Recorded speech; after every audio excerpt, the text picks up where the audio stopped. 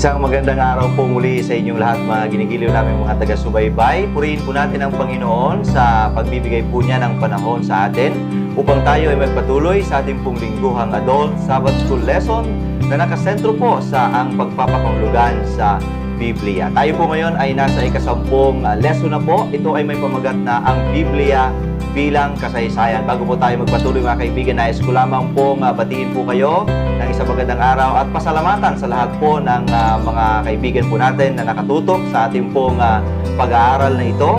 Ngayon po ay tayo ngayon ay nasa normal studio na natin, purihin ang Panginoon sa pagkakataon pong ito. At patuloy po tayo na mag-aaral kasama po kayo. Kaya itong video po na ito ay mapapanood po ninyo sa ating pong mga social media platform, sa ating pong Facebook account, gayon din po sa ating YouTube channel. Tayo po ay magpapatuloy sa ating pag-aaral. Kasama po natin ngayon muli si Pastor Levy Perdon upang himayin ang ilang mga detalye sa pag-aaral po natin sa linggong ito. Ngunit bago po natin pasimulan ang pag-aaral, tayo po ngayon ay sumandaling manalangin kasama po si Pastor Perdon. Pastor, tayo po ay manalangin. Tayo po ay manalangin. Ama po naming banal, sa oras pong ito kami po ay lumalapit sa iyo muli na nagpapasalamat, pinupuri ka at dinadakila sapagkat kami po ay patuloy mong iniingatan, patuloy mong pinagpapala at ngayon iyong ipinagkaloob na kami muling makabalik sa studio. Yes, Lord. Upang patuloy na magsama-sama sa pag-aaral ng iyong banal na salita. Amen. Salamat po sa patuloy na pag-iingat mo sa amin na kami inilalayo mo sa mga karamdaman. Ngayon naman banal, kami po'y mag-aaral muli ng iyong banal na salita, aming pong pakiusap ng iyo po nawang banal na espiritu, siyang muling manguna sa amin.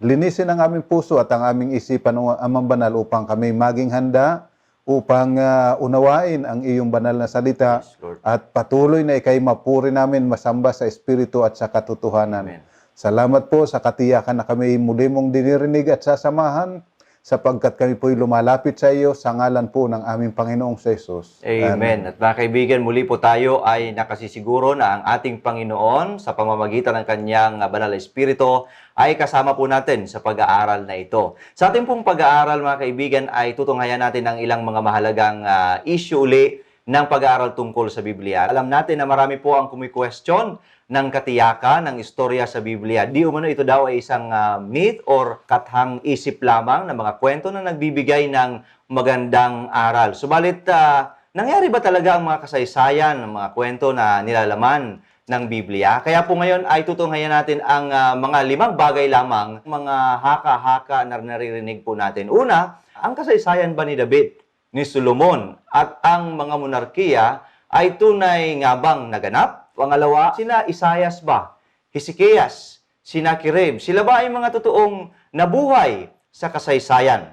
Ang kwento ba ni Daniel, ni Nabucodonosor at ang Babylonia ay tunay nga ba talagang nangyari? Na mapatutunayan ba natin na si Jesus ay talagang nabuhay ayon sa kasaysayan? At dito po ay dadaanan natin ang kahalagahan ng pananampalataya. Kaya po, Pastor, ating puntahan kaagad-agad ang unang issue. Ano po?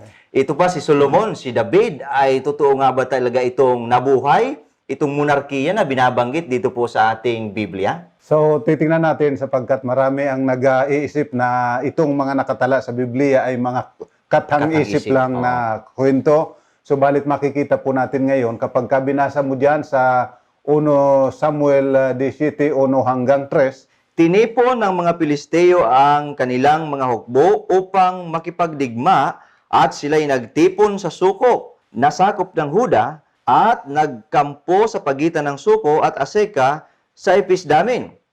Nagtipon-tipon sila, Saul at ang mga Israelita at nagkampo sa liwis ng Ela at humanay sa pakikipagdigma laban sa mga Pilisteo.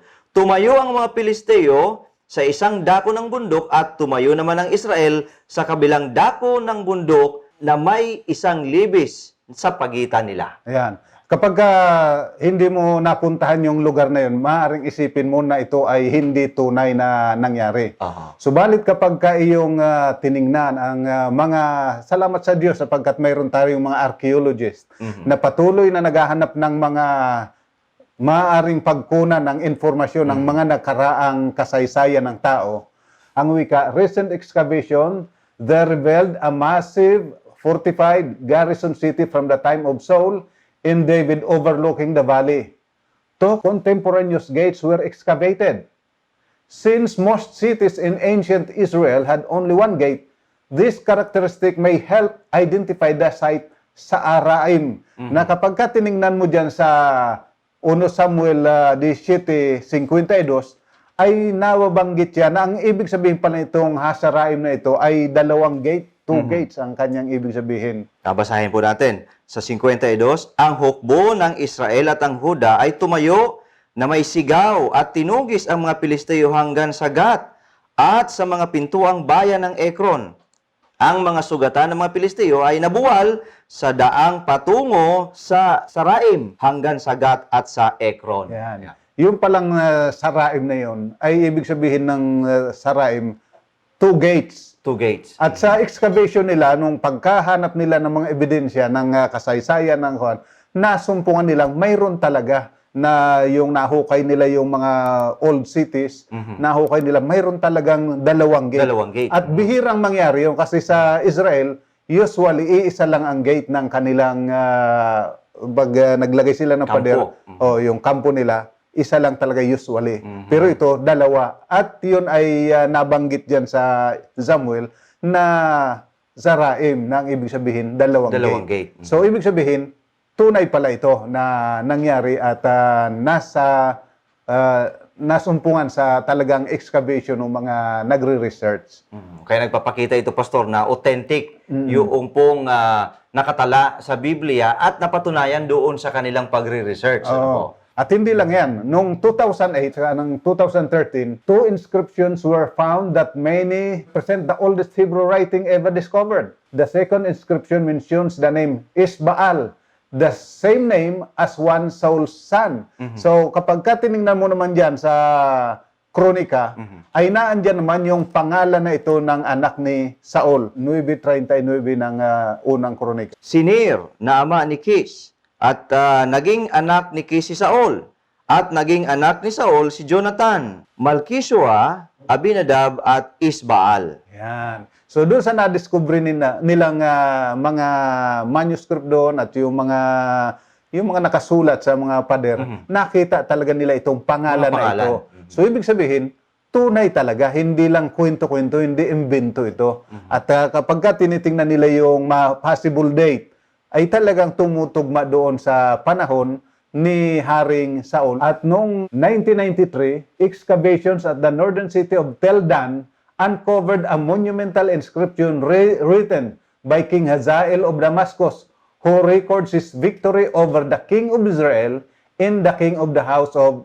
David. So, nabanggit yung Israel at yung house of King David. So, ibig sabihin, yung Israelita, nung unang panahon ay talagang tunay at si King David, tunay na taong nabuhay na naging hari ng mga Israelita. Una, ibig sabihin, Pastor, ay napatutunayan natin ngayon na iyon ay hindi kathang-isip. Yes. Bagkus ito ay naitala sa Biblia at ito ay talagang napatunayan ng mga pag-aaral. Yeah.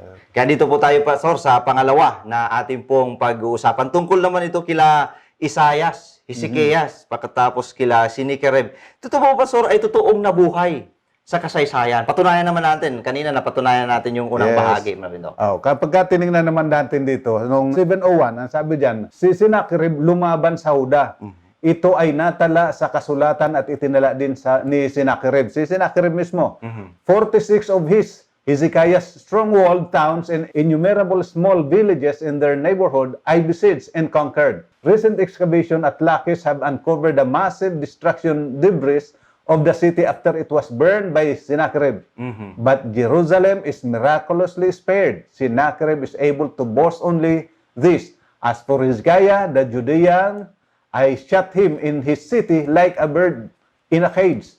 There is no description of destroying Jerusalem and no account of captives being taken into slavery. So kapag ka binasa mo dyan sa Isaiah 36:1 hanggang 3, Nang ika-14 na taon ni Haring Hezekias, si Sennacherib na hari ng Assyria ay umaon laban sa lahat ng mga pader ng lungsod ng Juda at sinakop ang mga ito. At sinugo ng hari ng Assyria si Rabsake sa Jerusalem mula sa Lachish kay Haring Hezekias na may malaking hukbo at siya'y tumayo sa tabi ng pagdaluyan ng tubig ng mataas na tipunan ng tubig sa lansangan ng bilaran ng tela.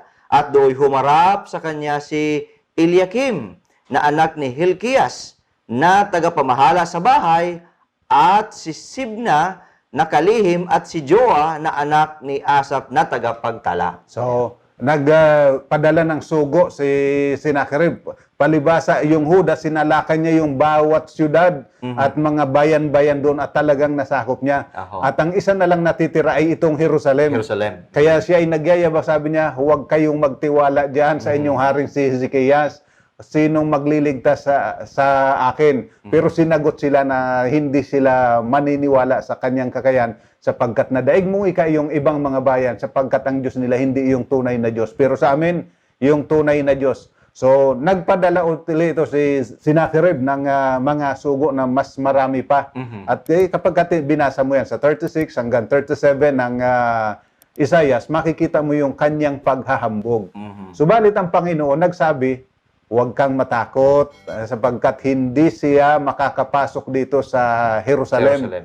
Kung saan siya dumaan nung pagpunta rito, doon din siya dadaan pauwi. Maaari mo ring basahin dyan sa 37, 33 hanggang 35. Kaya't ganito ang sabi ng Panginoon tungkol sa hari ng Assyria. Siya'y hindi paparito sa lungsod na ito o magpapahilagpos man sa palaso diyan, o haharap man siya diyan sa may kalasag, o magkukubkob laban diyan.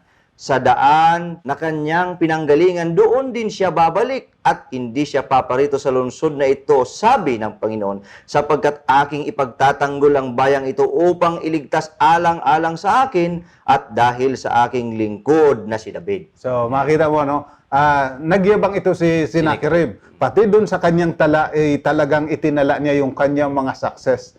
Pero, pagdating doon sa Jerusalem, basta ang sabi niya, ay kinulong ko siyang parang ibon. At hindi na siya ron makalabas. Pero, wala siyang masabi kung ano ang nagawa niya doon sa Jerusalem. Kasi ang sabi ng Panginoon, hindi siya makakapasok dito, ni hindi siya makapagpapahilagpos ng kanyang pana. At yun nga ang nangyari. At kapag tinignan natin dyan sa banal na kasulatan, kinaumagahan lang, umuwi talaga siyang talunan sapagkat libo-libo, daang libo sa kanyang mga tauhan ay nangamatay doon nung gabi sapagkat ang anghel ng Panginoon ay lumabas at pinatay yung kanyang mga sundalo. So, hiyang-hiya siya na umuwi sa kanilang tahanan. Pero, siyempre pa, bilang hari, ayaw mo na magtala ng iyong pagkatalo. Kaya basta sabi niya, naandun siya sa, nabibilanggo na siya, nakukulong na, wala na, hindi na siya makalabas. Pero, wala siyang sinabi na siya ay dinaig niya.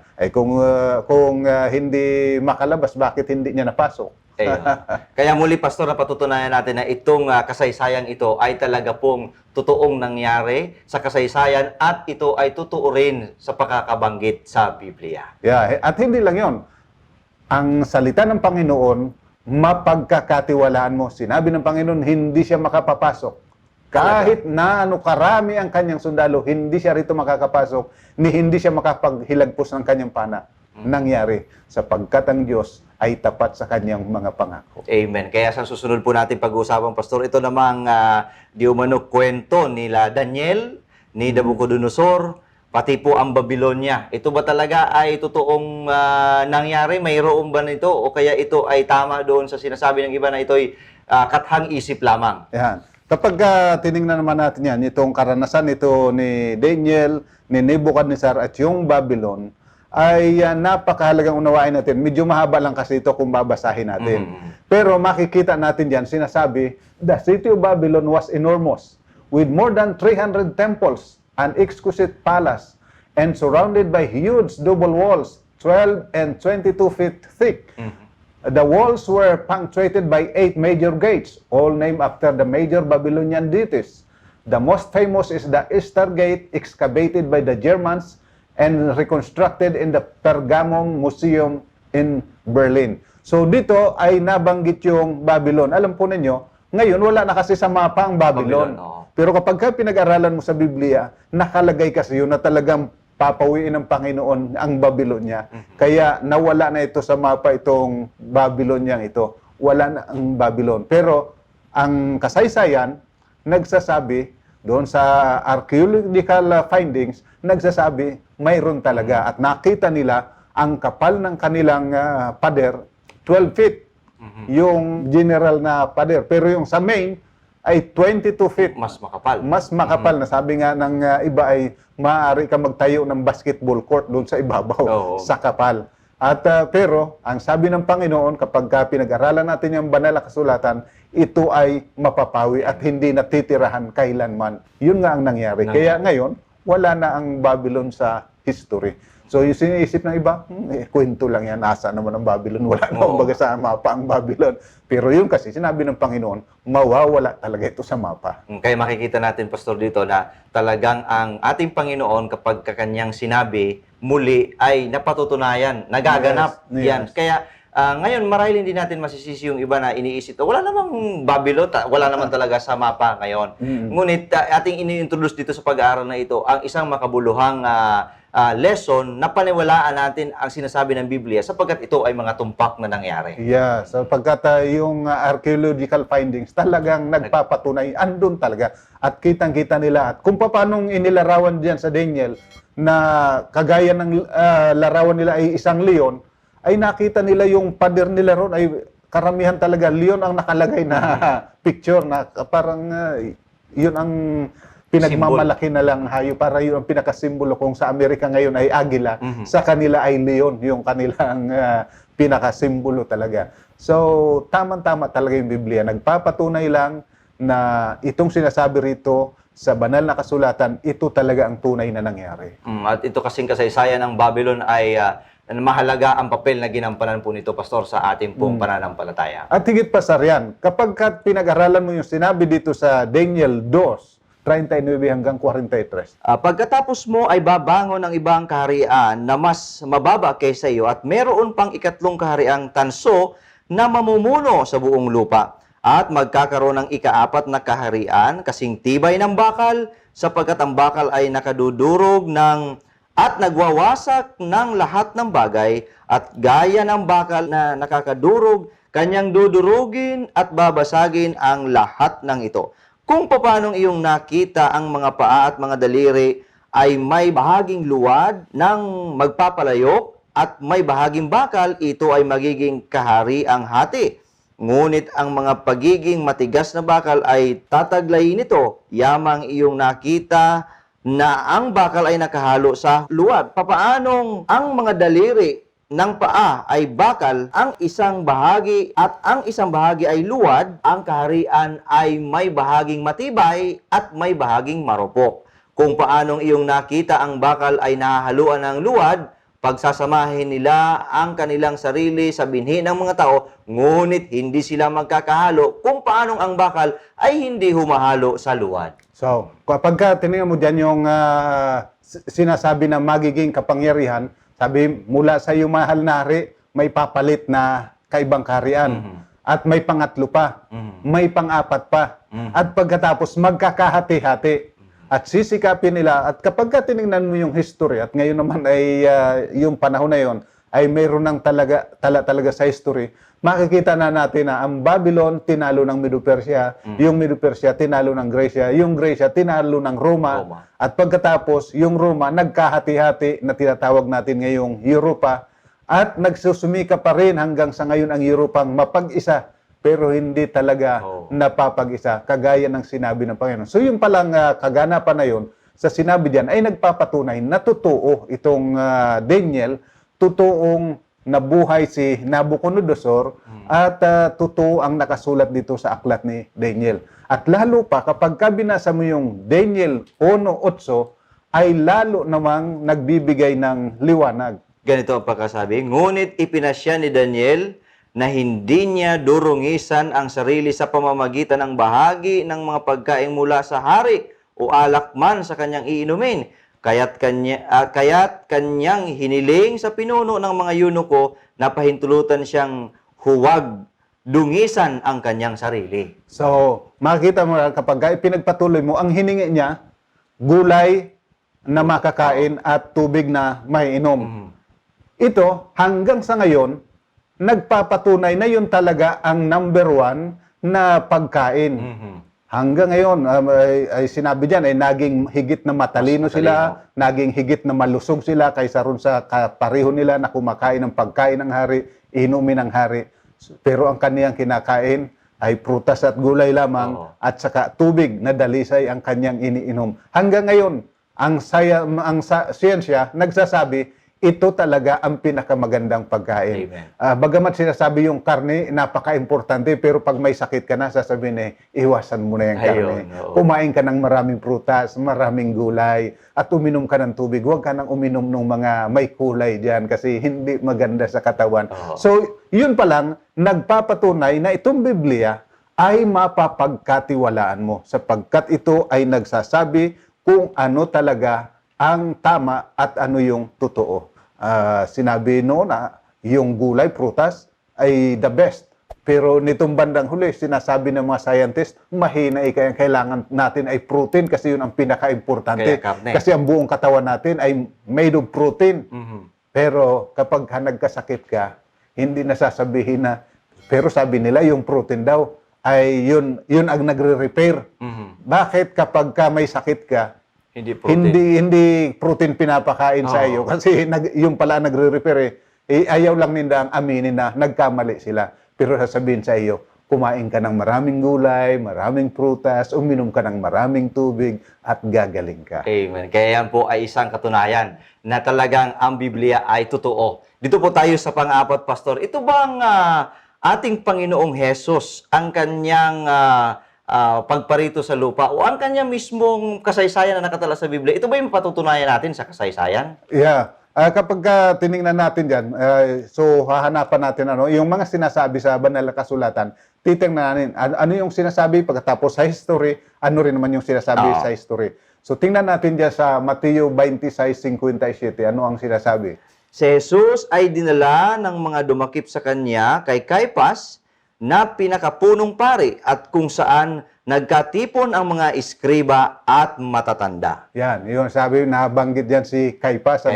At sa Juan 11:49 hanggang 50, sabi po dito, ngunit ang isa sa kanila, si Caiphas, na pinakapinunong pari ng panahong iyon, ay nagsabi sa kanila, wala talaga kayong nalalaman. Hindi ba ninyo nauunawaan na mas mabuti para sa inyo na ang isang tao ay mamatay alang-alang sa bayan kaysa mapahamak ang buong bansa? Yeah, so sabi diyan si Caiphas ay high priest, siya yung mataas na saserdote. Pagdating naman doon sa Juan 18:29 hanggang 31, may nabanggit namang isa pang pangalan. Kaya't lumabas si Pilato at sinabi sa kanila, anong paratang ang dala ninyo laban sa taong ito?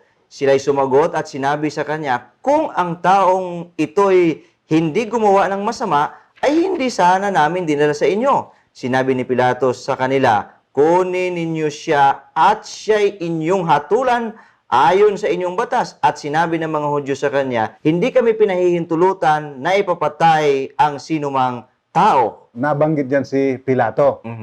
So, andyan si Jesus Christ, andyan si Caiphas, andyan si Pilato, nabanggit.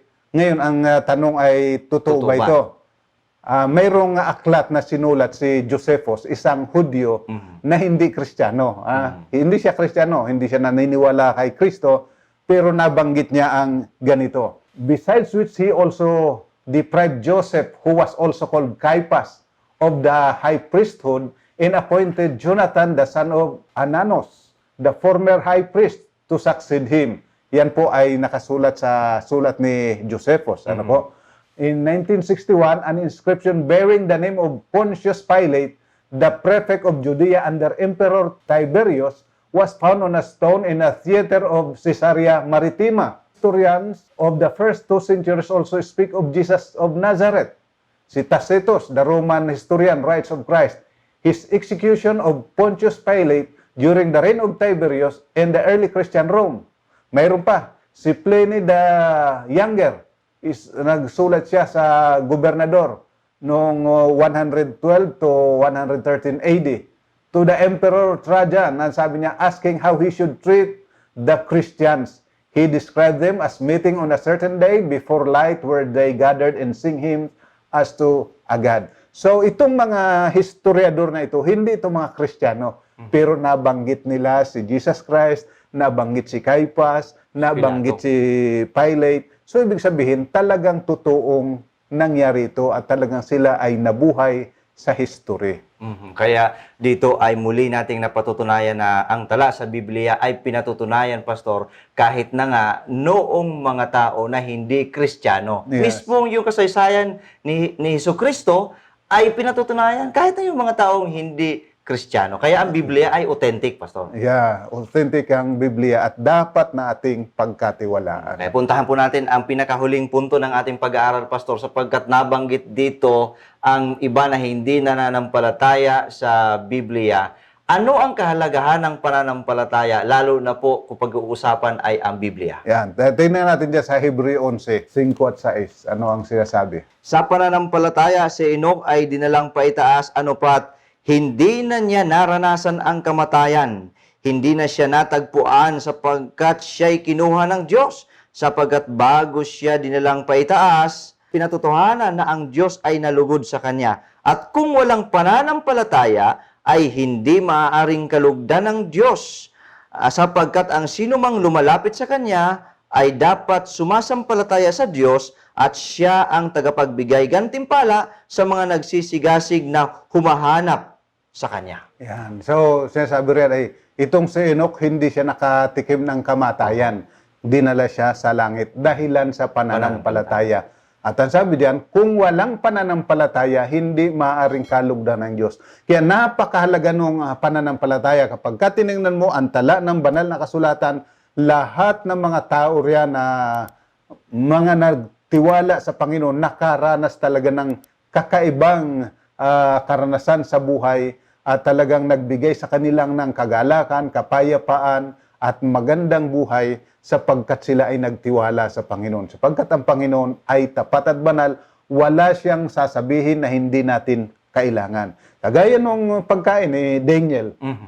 Noon, kung titingnan mo, nung ako ay elementary, may dumating na naggaling raw sa Amerika, mga scientist ko noon, mga doktor ko noon na sinasabi, tayo mga Pilipino, kawawa, ang liliit natin, ang gagaan, kasi gulay lang kinakain, kaya tayo inintroduce sa atin yung pagkain ng karne, at pagkatapos, medyo lumaki nga yung tuhod, lumaki yung puso, lumaki yung tiyan.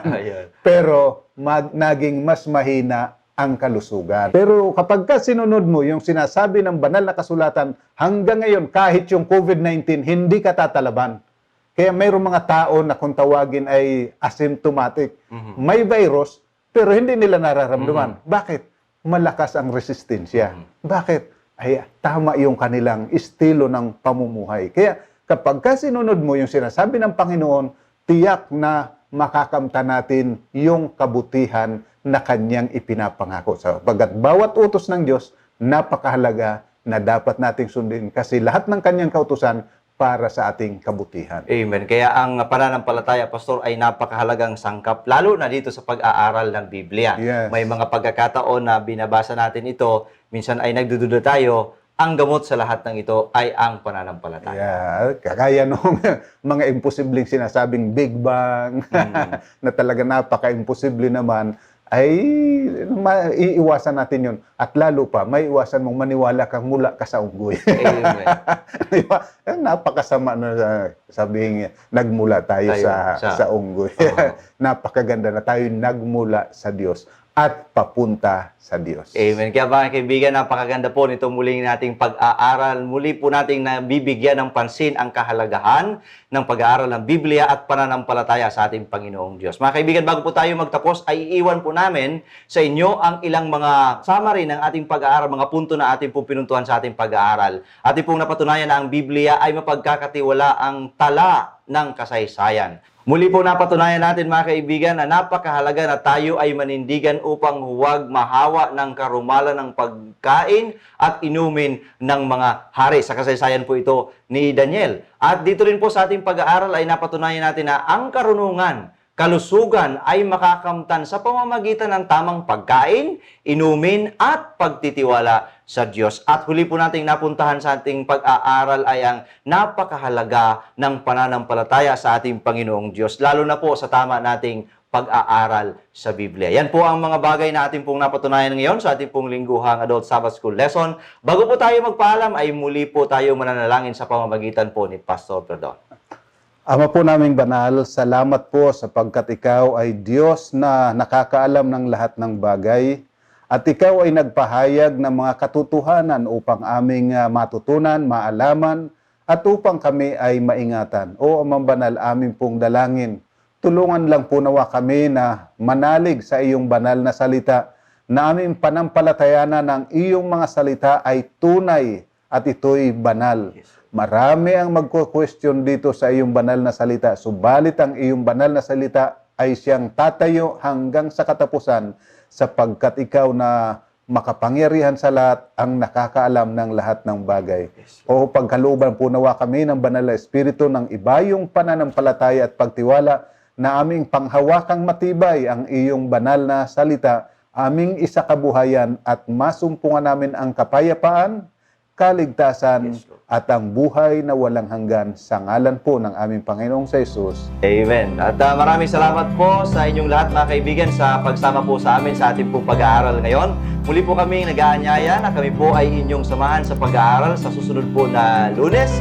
Ang title po ng ating pag-aaral ay ang Biblia at ang Propesya. Mga kaibigan, maraming salamat po at pagpalain tayo ng ating Panginoong Diyos sa araw po na ito.